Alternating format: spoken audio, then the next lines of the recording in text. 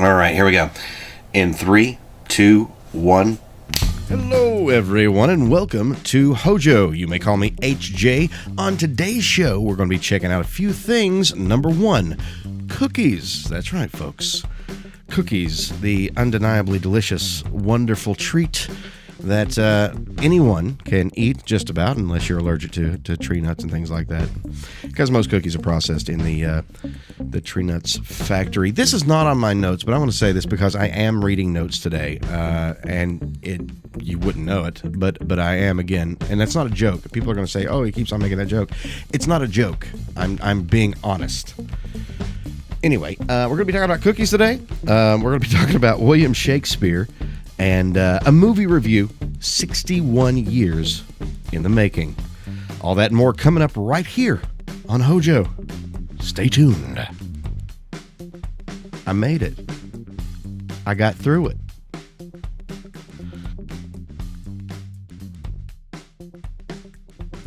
And this is what Wikipedia has to say about cookies. So sit back, relax, strap yourself in, and listen as I read what Wikipedia, as I summarize what Wikipedia has to say about cookies. Cookie-like hard wafers have existed for as long as baking is documented, in part because they deal with travel very, very well. But they were usually not sweet enough to be considered cookies by modern standards. No. These cookies appear to have their origin in the 17th century AD Persia. That's right. Shortly after the use of sugar became relatively common in the region, they spread to Europe. And they spread to Europe through the Muslim conquest of Spain. That's pretty cool, right? By the 14th century, they were common in all levels of society throughout Europe, from royal cuisine to street vendors. Interesting. I can just picture kings sending errand boys out for street cookies, because they're going to be better. Street cookies are going to be better. Hey, I've been places. I know things. With global travel becoming widespread at the time, cookies made a natural travel companion, a modernized equivalent to the travel cakes used throughout history. One of the most popular early travel cakes.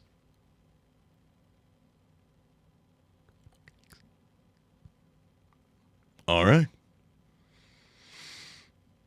Travel cakes. It's going to take me a minute on that one. Anyway, one of the most popular early cookies, which traveled especially well and became known on every continent by similar names, was the jumble cookie, a relatively hard cookie made from nuts, sweetener, and water. All right, I'm down. Cookies came to America through the Dutch in New Amsterdam in the late 1620s. Wait. I take it back. Whatever I said about religion and cookies, I take it all back. Now, all hail to the wood shoes. That's just how it is now, folks. The Dutch are here to stay. They brought us cookies. The Dutch word cookie, no joke, cookie was anglicized.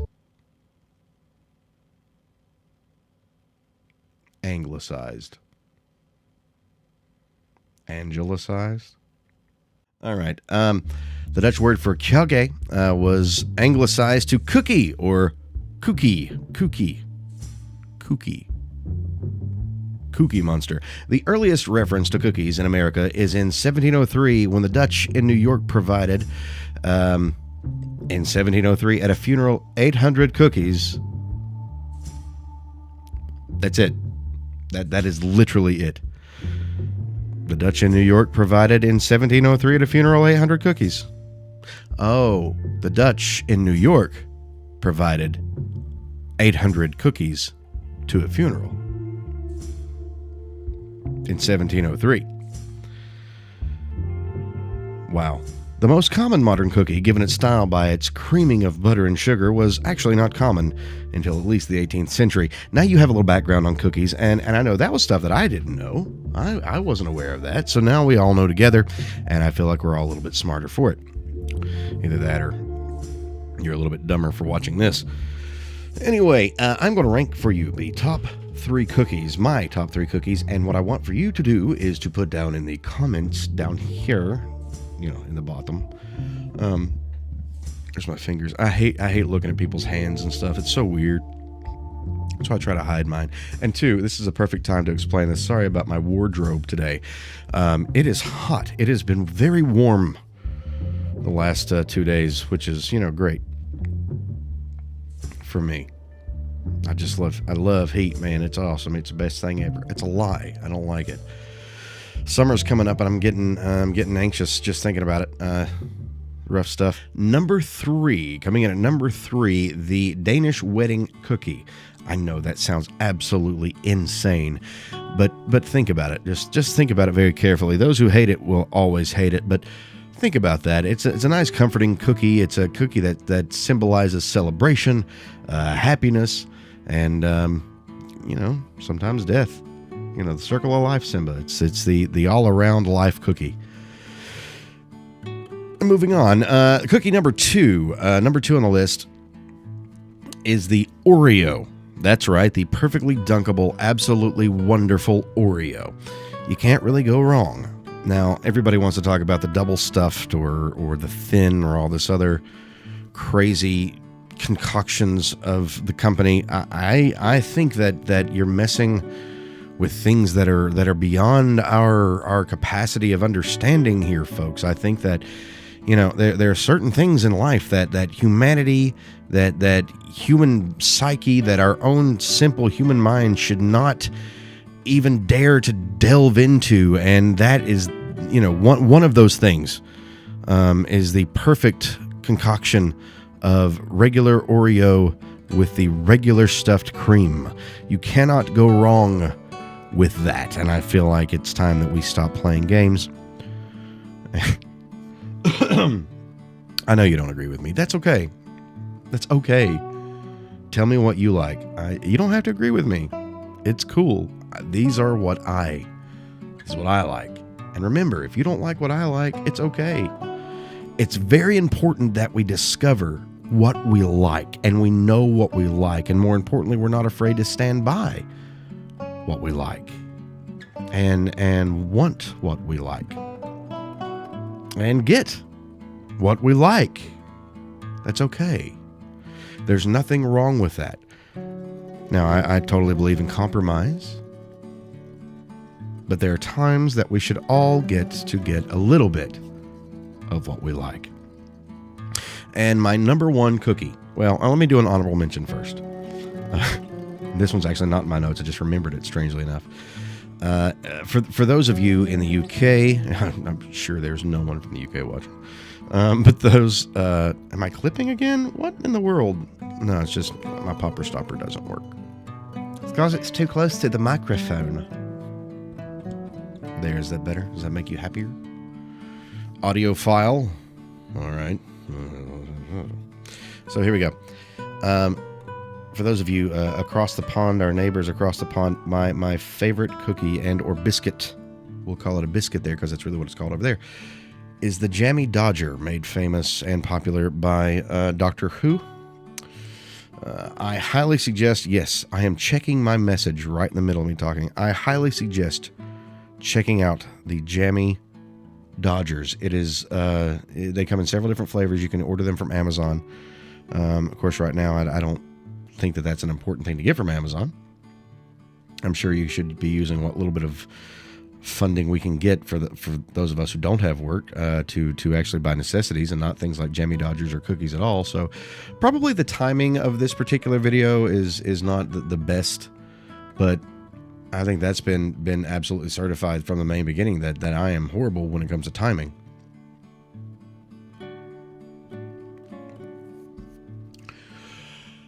Now, my number 1 cookie, the one that tops the rank for any time and every time I could ever want a cookie or a snack, ladies and gentlemen, the one and the only chocolate chip cookie. That's right. And I actually prefer the little Famous Amos chocolate chip cookies, believe it or not. Look, I'm not saying they're the best tasting cookie out there. I'm saying that, to me, those little Famous Amos chocolate chip cookies just scream childhood Americana. And that is really why I love those. You eat those and you're instantly transported back to a time when life was better. When you didn't have worries. Famous Amos cookies. Number 1. All right, now on to topic 2, Shakespeare. Okay, so I went ahead and cut Shakespeare because it was just pointless to talk about. It's not a big deal. I mean, it's stupid stuff. Anyway, so I cut that out, and we're going to go ahead and move on to the third topic. You can see me talking there already a little bit, but my mic started cutting out in the actual recording, so you can't really tell what I'm saying, so I will go ahead and let you know. It's House on Haunted Hill. That's the movie review that I'm doing today. It's an old school movie, so here we go. Keep on listening. I talk a little bit better. Star of the show, Vincent Price, playing eccentric millionaire Frederick Loren. The suave and dangerous Loren is throwing a party for his 4th wife in an old abandoned, seemingly haunted mansion. He invites 5 guests and tells them if they spend the entire night, they will receive $10,000. However, when you get there, the guests realize that may be harder than expected. Locked in, and with 7 loaded pistols and small coffins as party favors, the ghoulish night will prove the last party for at least 2 of the living guests. Alicia Cook gives an outstanding performance as the supernatural believer and even more drunk owner of the house. His warnings go unnoticed until it's all too late. However, there's a huge twist near the end that will leave you saying, of course, that makes sense. And then another twist at the end. We find out the guests were not as unfamiliar as they seem to be and happen to be playing a secret game of murder. They forgot one thing, though. This is Loren's 4th wife. He may be playing the game, too. This film can be found on YouTube currently and is family-friendly to a degree. I mean, I wouldn't let little kids watch it just because, it does have some fake blood and gunshots and screams. A lot of screams. There's a lot of screaming. In the end, we never really know if it's all just a game or if there really were ghosts in the house all along. But it truly doesn't matter because the acting and the cinematography in this film are nearly perfect for the time and the setting of this movie. For today, I give it 3 out of 5 Joes. Check it out. You're going to like it. All right. Make sure you leave your comments down underneath. Let me know if you've seen House on Haunted Hill. Let me know what you think about it. They have more stuff coming up, more little movie reviews popped in here and there, and they're all going to be old movies like that. I'm not going to be playing around. Well, you never know. You never know what's going to be. This is a potluck anyway, guys. We all know that. It's crisis time. It's potluck crisis time. Potluck Radio with HJ. Hope you enjoy it. This is what I need to tell you. This is my screen's blinking. First edition of Reading Railroad will be coming out this week, and though rough around the edges, I do hope that you will enjoy the first edition. In that show, we have poems from Edgar Allan Poe, Jack London, Emily Dickinson, and more. Stay tuned for that coming up this week. Also, remember, comment, like, and subscribe. Let me know what you would like for me to talk about next. Any type of random topic, article, thing. You just let me know, and I'll give my little spin on it. We'll go from there. Until the next video, I hope I've brought you a little bit of love, a little bit of light, a little bit of laughter, and hopefully a little bit of logic. Stay home and say. This video has been a struggle. Stay home and stay safe.